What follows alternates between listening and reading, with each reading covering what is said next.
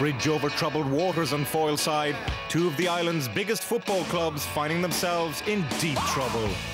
Derry and Cork have a lot in common, both fiercely proud second cities in the shadow of Belfast and Dublin, and each with their own wonderful football history and tradition. And this tale of two cities took a remarkable twist recently when both clubs went under in traumatic circumstances. But now they're both back and ready to fight another day. And Felix Healy with a shot, and the post saves Benfica. And it's there!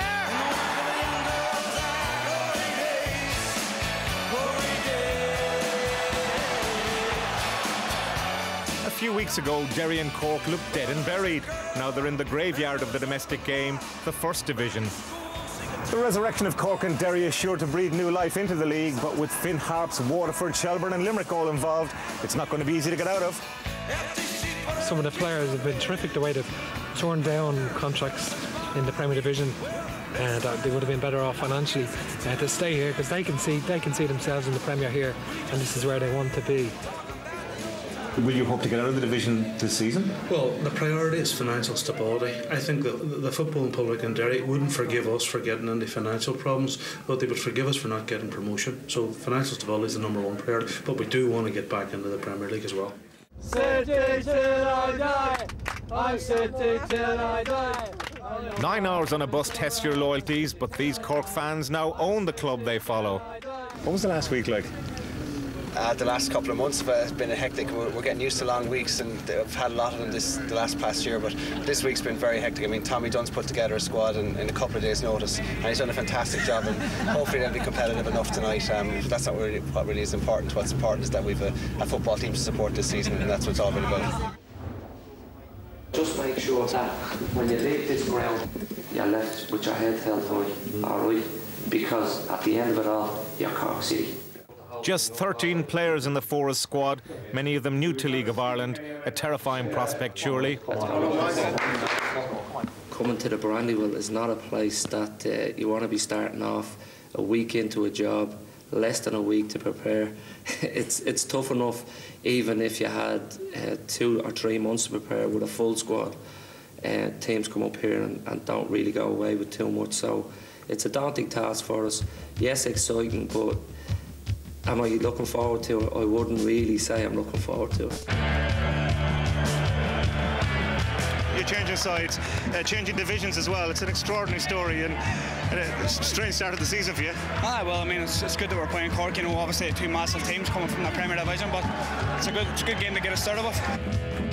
Bit of a strange one for you, I guess, having played for Derry and now in the First Division with Cork. Yeah, so what can we do? Still a game of football at the end of the day, Tony. So everyone go out and enjoy. You know, it's a big crowd here from Cork, big crowd from Derry. So let's get 3 points for Cork, hopefully, you know.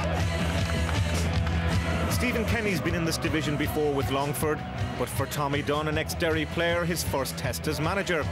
And his young side were tested. James McLean's cross causing problems for a defence that never played together before.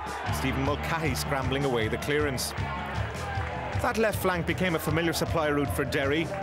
Vincent Sweeney's header, always comfortable for Cork keeper McNulty. Cork rarely threatened in the first half. Graham Cummins' effort bouncing off a defender and into the arms of Gerard Doherty. But after the break, a goal out of nothing. Ian Turner's throw struck sweetly by Davin O'Neill. A goal of quality, a goal to make history as the visitors went 1 up. Assistant manager Greg O'Halloran should expect a talking to for an obvious nudge on Mark Farren. Tommy Dunn and he will no doubt have a frank exchange, especially as the free kick led to the equaliser. Emmett Frars latching onto Harkin's cross. Derry thought they might have had a penalty. Stephen Parkhouse went down under a challenge from Dave Rogers, but to be fair to the Derry man, he didn't make much of it to referee Paul Tuitt. And so the game ended even. In the circumstances, an honourable outcome. Tough game, Barry. Good result, do you think?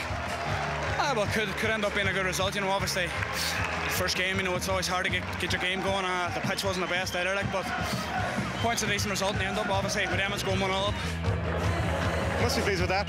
Excellent. You know, I think the lads worked the socks off for the young lads again, and keep mentioning it, for coming in for their first game for Cork City. Excellent, you know. Stephen, you said it's a tough league, and it proved to be a tough game for you. Yeah, it was. You know, we probably didn't play as well as we would have liked. I think Cork set off as, 10 men behind the ball for the whole match. That's a new experience for a lot of these players. It's different. It's an unbelievable start for us considering the week we had. We were lucky to get a team together, so it's a great start. Well, I must commend the supporters from Cork travelling up. They hadn't got a team 3 weeks ago, and they're here.